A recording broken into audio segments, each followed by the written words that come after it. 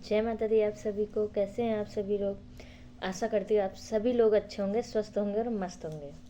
आज मैं आप लोगों के लिए एक नया वीडियो लेके आई हूँ कि जैसे कि हमारे कोई भी इष्ट देव हैं, चाहे हम माता काली की पूजा करते हों या शिव की पूजा करते हों या किसी की भी पूजा करते हों, तो हम इनकी सवारी को प्राप्त करना चाहते हैं। बहुत से बच्चे कहते हैं कि हमें इनकी सवारी को प्राप्त करना है, हमें इनकी कृपा को प्राप्त करना है, ताकि ये हमारा मार्गदर्शन हर कदम कदम पर करते रहे।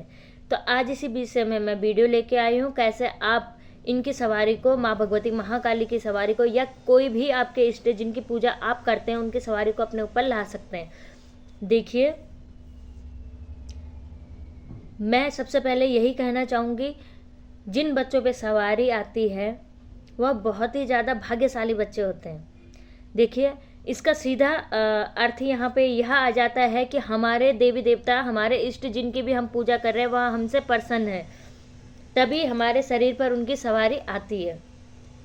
सबसे पहला इसका अर्थ यही निकाला जाता है। सवारी आती है तो बहुत भाग्यशाली हैं। यह हमारी पूजा पर डिपेंड करता है कि कितने टाइम बाद हम पे सवारी आती है, किस प्रकार से सवारी आती है। क्या हमारा पूजा करने का बिल्कुल सही तरीका होना चाहिए, पूजा करने का हमारा तरीका कैसा है जो हम पे सवारी आती है कि नहीं आती है, यह हमारी पूजा पे डिपेंड करता है। कई बच्चे तो सालों से पूजा कर रहे हैं, उन पर सवारी नहीं आती है ना। और कई बच्चे 2 महीने 3 महीने या 1 महीने या 6 महीने ही पूजा करते हुए हुआ है, 2 दिन 3 दिन 4 दिन उन पर सवारी खेलने लग जाती है। तो यह हमारी पूजा करने का तरीका है कि किस प्रकार से हम पे सवारी आती है, यह हमारी पूजा करने का तरीका होता है ना।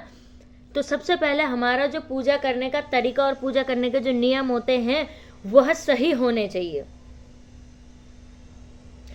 देखिए, चाहे सुबह का टाइम हो चाहे शाम का टाइम हो, हमें पहले तो पूजा के लिए एक ही टाइम सुनिश्चित करना है। अगर हम सुबह हो चाहे शाम हो, अगर हमें 7 बजे पूजा करनी है तो मतलब करनी है, शाम हो चाहे सुबह हो,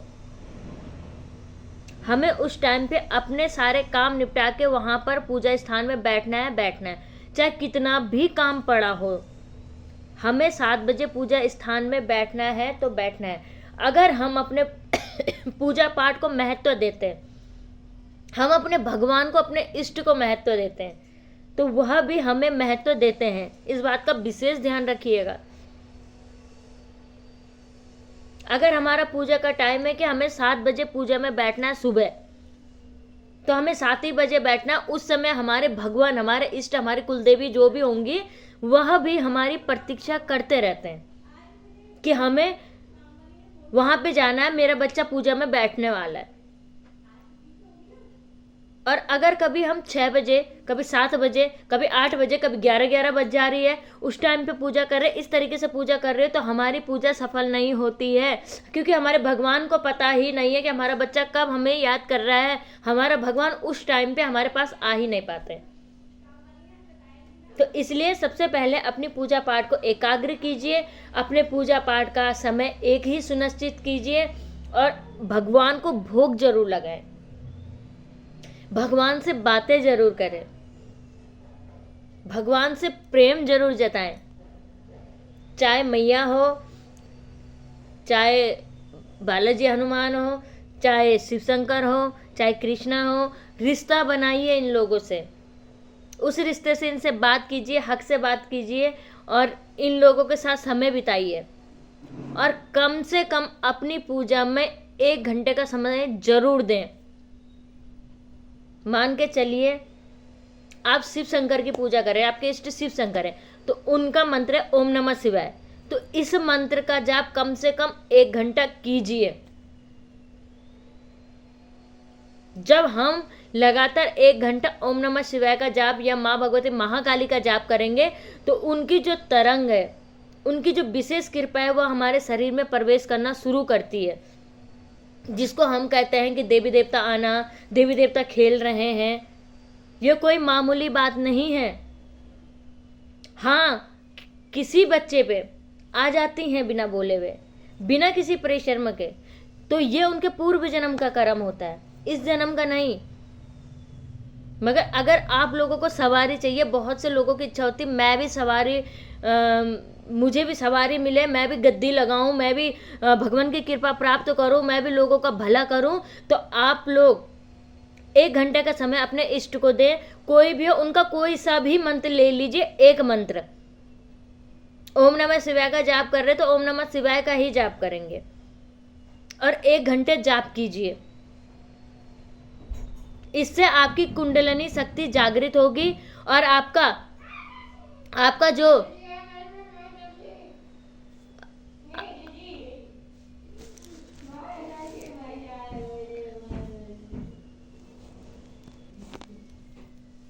जिससे आपके अंदर एक अलग ही ऊर्जा का वास होगा और आप लोग यह समझ पाएंगे जब आप उठेंगे पूजा स्थान से 1 घंटे का जाप करके, तो आप लोगों को लगेगा कि मैं अभी सो के उठा हूं, मतलब मैं एक नई एनर्जी, नई ऊर्जा आप लोगों को प्रतीत होगी।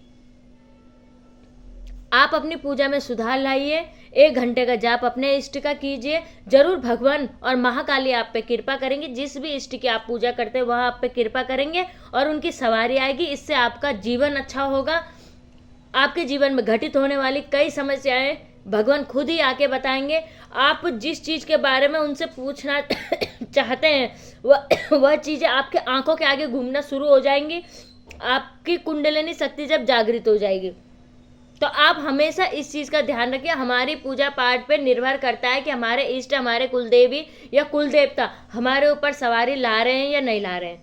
आशा करती हूँ आज की जानकारी आपको पसंद आई होगी। अगर आपको जानकारी पसंद आई होगी तो प्लीज़ चैनल को सब्सक्राइब कीजिए और बेल आइकन का बटन दबाना बिल्कुल भी मत भूलिएगा। आप लोगों का सपोर्ट ही मेरे चैनल को आगे बढ़ा सकता है और आप लोगों तक इस प्रकार की नई जानकारी मैं ला सकती हूँ। जय माता दी, जय महाकाल।